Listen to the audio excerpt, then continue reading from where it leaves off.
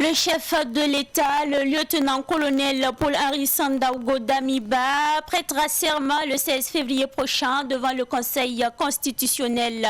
Mais cette décision du Conseil constitutionnel est critiquée par certains observateurs. Vous aurez les précisions dans ce Savane soir. Selon le réseau des jeunes pour l'éducation et la sensibilisation aux médias sociaux virtuels, les journalistes sont de plus en plus concurrencés par les activistes et les influenceurs. Ce réseau s'est donc donné pour objectif de sensibiliser la population à l'utilisation à bon escient des réseaux sociaux. Les précisions dans quelques instants. À Dédougou, dans la région de la boucle du Mouhoun, c'est une parade de masques qui est célébrée aujourd'hui pour marquer la nouvelle année chez les Bouaba. Durant donc 10 jours, des offrandes seront faites pour demander la bénédiction des ancêtres. Nous vous proposons un élément sur cette culture Bouaba. Mesdames et messieurs, bonsoir et bienvenue à cette édition du soir. Le Conseil constitutionnel a pris acte de la démission de Roch-Marc Christian Kaboré depuis le 24 janvier dernier et de la vacance du pouvoir. Le Conseil constitutionnel a ensuite décidé que le lieutenant-colonel Paul-Henri Sandaogo Damiba est le président du FASO pour compter du 24 janvier 2022. Le président du FASO prêtera donc serment le 16 février prochain devant le Conseil constitutionnel. Cette décision, comme l'acte fondamental du MPSR, est critiquée par certains observateurs. Maître Guy Hervé Kam parle d'objets constitutionnels non identifiés. Le professeur Abdoulaye Soma, lui, évoque une catastrophe constitutionnelle. Soumaïla Rabo nous fait le point. Au sujet de l'acte fondamental du MPSR, l'ancien magistrat devenu avocat Maître Guy Hervé Kam a parlé d'OCNI, c'est-à-dire d'objets constitutionnels non identifiés, parce qu'il concurrence la Constitution du 2 juin 1991 et semble même se mettre au-dessus donc de la volonté exprimée du peuple à la naissance de la 4e République. Maintenant que le Conseil constitutionnel reconnaît le lieutenant-colonel Paul-Henri Sandaogo Damiba comme président du FASO et chef de l'État, le constitutionnaliste professeur Abdoulaye Soma évoque une catastrophe constitutionnelle. Dans tous les cas, à compter du 8 février 2022, le Conseil constitutionnel reconnaît Paul-Henri Sandaogo Damiba comme président du FASO à compter du 24 janvier 2022. Les membres du Conseil constitutionnel se sont fondés en cela sur la constatation de la vacance du pouvoir à la suite de la démission du président Roch-Marc Christian Kaboré et le communiqué numéro 1 du mouvement patriotique pour la sauvegarde et la restauration MPSR, ainsi que sur le rétablissement de la Constitution du 2 juin 1991 à la date du 29 janvier 2022, après sa suspension le 24 janvier 2022. Sur cette base, le coup de force de l'armée contre Roch-Marc Christian Kaboré est revêtu de légalité et de constitutionnalité. Il reste maintenant la prestation de serment de Paul-Henri Sandaogo Damiba comme président du FASO.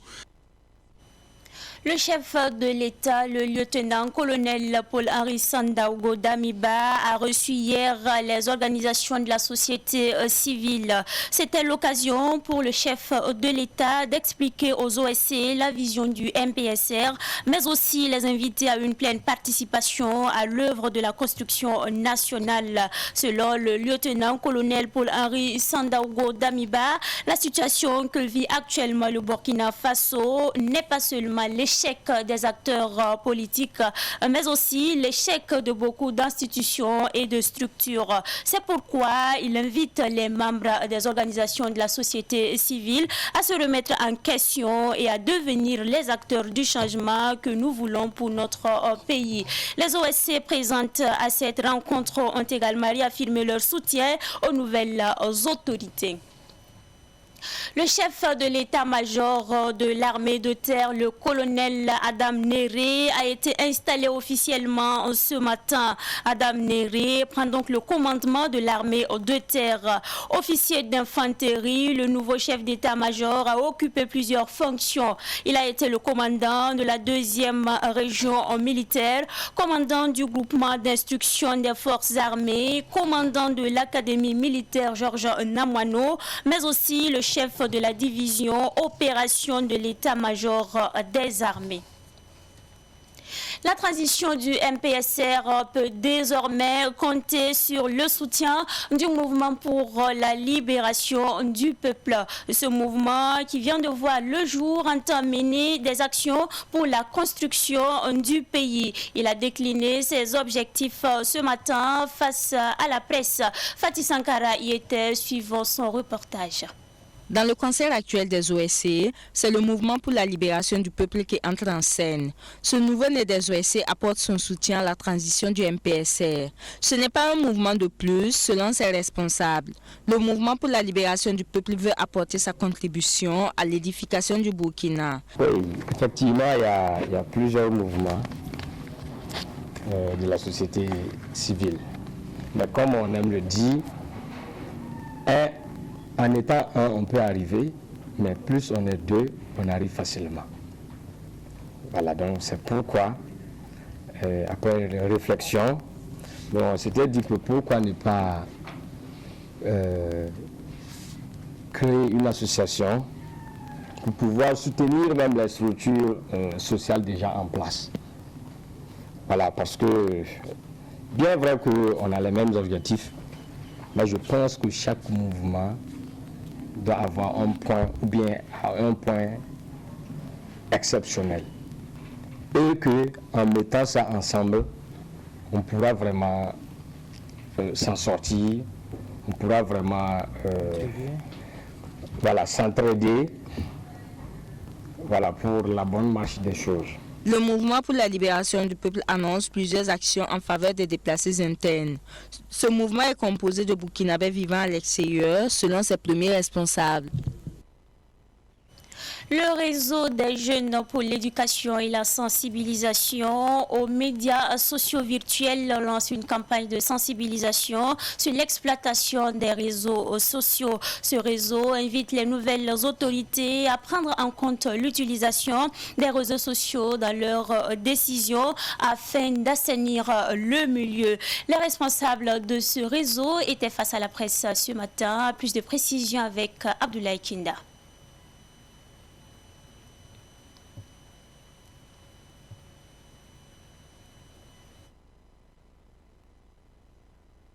À travers cette conférence de presse, le réseau des jeunes pour l'éducation et la sensibilisation aux médias sociaux virtuels apporte ses critiques.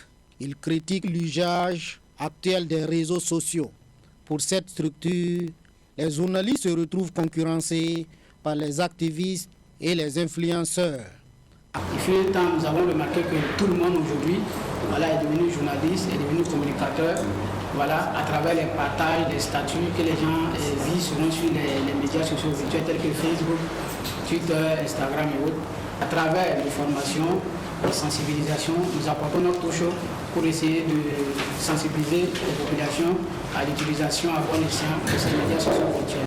Le réseau des jeunes pour l'éducation invite donc les nouvelles autorités à prendre en compte l'utilisation des réseaux sociaux dans l'avènement du Burkina nouveau. Nous les invitons à la mise en place d'un comité national de veille sur les publications nationales et internationales en lien avec la sécurité de l'État et aux visées déstabilisatrices. À la création de rectifications et de dénonciations d'informations erronées, fake news, sur tous les médias sociaux virtuels populaires au Burkina Faso. À former les différents gestionnaires des pages officielles des institutions de l'État et des comptes officiels des personnalités publiques de l'État. À élaborer un programme national de sensibilisation des masses populaires sur le numérique en général et les médias sociaux virtuels en particulier. Pour assainir ce secteur, Le réseau compte utiliser plusieurs outils de communication. Nous savons que tout le monde aujourd'hui est sur Internet. Alors, à travers ces mêmes médias sociaux-là, nous allons passer par les capsules vidéo, voilà, et les flyers et les choses, les affiches de sensibilisation pour essayer de toucher ces personnes-là.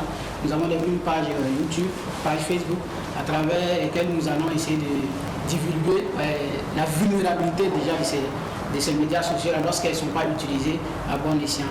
Et nous pensons qu'à travers ces sensibilisations-là, tout le monde est sur Internet. De par où tu es, si tu as Internet seulement, l'information va te parvenir et tu pourras savoir que telle chose n'est pas faisable sur Internet. Sur Facebook, voilà l'information que je dois divulguer, voilà l'information que je dois prendre et attacher avec les médias professionnels pour pouvoir divulguer ces messages-là.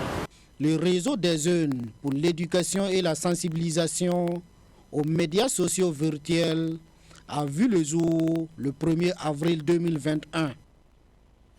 À présent, nous parlons de la Saint-Valentin. La fête de la Saint-Valentin sera célébrée sous plusieurs facettes au maquis Sikoji, situé non loin de Savane Média, avec le collectif ZZZGO. Le collectif organisera pour la deuxième fois la soirée de la Saint-Valentin, dénommée Valentine's Night. Le collectif était face à la presse cet après-midi. Plus de précisions avec Micheline Zongo et Daouda Yameoko. Par la tenue de cette soirée dénommée Valentine's Night, le collectif ZZZGO, Zongo, Zida, Zagré, Gigma et Onadia, un groupe de travailleurs de Savane Média, entend raviver l'amour entre les couples et entre les communautés. L'objectif recherché est de mettre en place l'éveil des consciences sur le plan sentimental. Nous avons remarqué que depuis un certain temps, notre pays, le Burkina Faso, traverse une situation sécuritaire qui est moins enviante. Et là, nous avons estimé utile de renouer ce plan social, ce plan amoureux, pour ne pas dire sentimental, parce que là où il y a la guerre, là où il y a la terreur, c'est parce que les hommes manquent un peu de lucidité quant à l'amour, quant au sentiment. Si nous passons le message ce jour-là, on est sans doute en mesure d'informer la population qu'on doit s'aimer la graine d'amour dans nos cœurs, la graine du sentiment dans nos cœurs, pour que nous puissions nous concilier et aller de l'avant dans ce pays qui est le Burkina Faso. Imaginez-vous des gens qui se lèvent, on s'entretient. S'il y avait l'amour en quelque sorte dans nos cœurs, on pouvait se comprendre, s'asseoir sur la table de discussion pour mieux échanger, voir les tenants aboutissants pour mieux avancer dans cette nation qui est radieuse. Pour la deuxième édition, plusieurs activités sont au menu. Entre autres, des prestations d'artistes chanteurs et humoristes. Dans cette soirée, nous aurons des prestations d'artistes qui seront colorées bien sûr par la présence des artistes bien de chez nous ici au Burkina Faso. On peut citer entre autres l'artiste Frère Malcolm qui revient à la charge avec sa deuxième participation puisque l'année dernière il était avec nous. Et nous pouvons citer également la présence de l'artiste Ramdes qui sera avec nous, l'artiste Sambri Bouré qui est un collègue et confrère de Savane Média, sans oublier la présence effective de Lord Yano, de Pascal Relwende et bien d'autres surprises sur le plan artistique.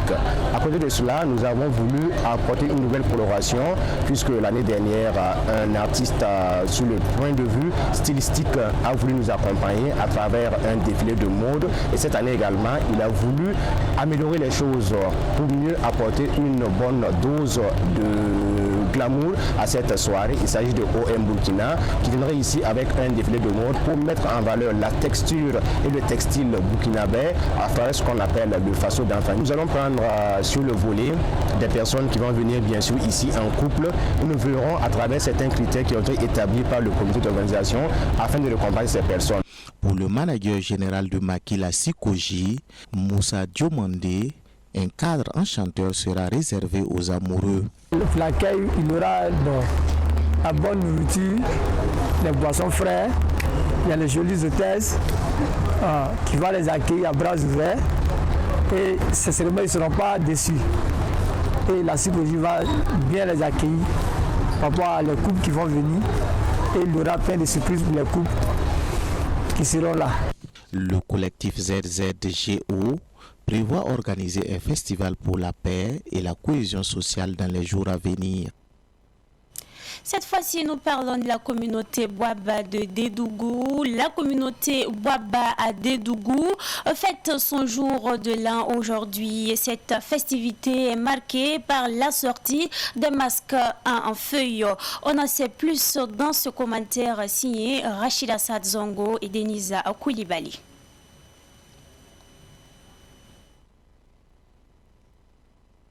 Nous sommes à Dédougou, dans la région de la boucle du Mouhoun. Cette parade de masques en feuilles dénommée Kaora, en langue bois-mou, marque le départ des traditionnelles cérémonies annuelles de sortie des masques. Cette sortie symbolise aussi la nouvelle année en pays Bouaba. Pour ce premier jour, les masques vont faire allégeance aux personnalités coutumières, notamment le chef de canton de Dédougou, qui marque également sa présence en dehors du palais. Cette allégeance va s'adresser par la suite aux autorités administratives de la ville de Dédougou qui ont pris les dispositions dans ce sens à travers un communiqué. Les activités entrant dans ce cadre vont durer 10 jours pendant lesquels des offrandes vont être faites dans différents lieux sacrés. Ces offrandes vont permettre, selon la communauté Bouaba, de s'attirer les bénédictions des ancêtres pour une année de paix et d'abondance.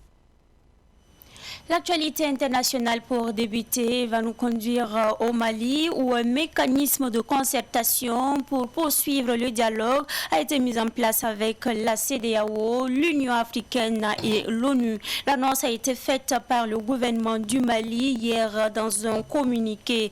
Et ce mécanisme a deux composantes. D'une part, le groupe de travail ministériel qui est chargé de faciliter les dialogues d'œuvrer à un approchement des positions et de rechercher des compromis sur des questions en suspens. D'autre part, le groupe de travail élargi qui a pour mission d'évaluer le projet de chronogramme de la transition. Le gouvernement malien veut ainsi prouver sa bonne foi et montrer sa détermination à maintenir le dialogue pour une transition réussie, comme le dit le communiqué. Le professeur Luc Montagné est décédé le mardi 8 février dernier à l'hôpital américain de Paris, en France, à l'âge de 89 ans. Il s'agit de ce célèbre chercheur français de l'Institut Louis Pasteur qui a mis en évidence avec d'autres chercheurs le virus du sida en 1984. Il a reçu le prix Nobel de médecine en 2008 pour la découverte du VIH. Luc Montagné a fait l'essentiel de sa carrière comme directeur de recherche au Centre national de recherche scientifique de France. De ta naissance à la mort, la vie est un voyage, comme le dit Gaël Clussen. Professeur Luc Montagné, que ton âme repose en paix. C'est également tout pour cette édition du soir. Merci à vous qui nous avez suivis et très bonne suite de programmes sur Savane TV, la télévision des nouvelles idées.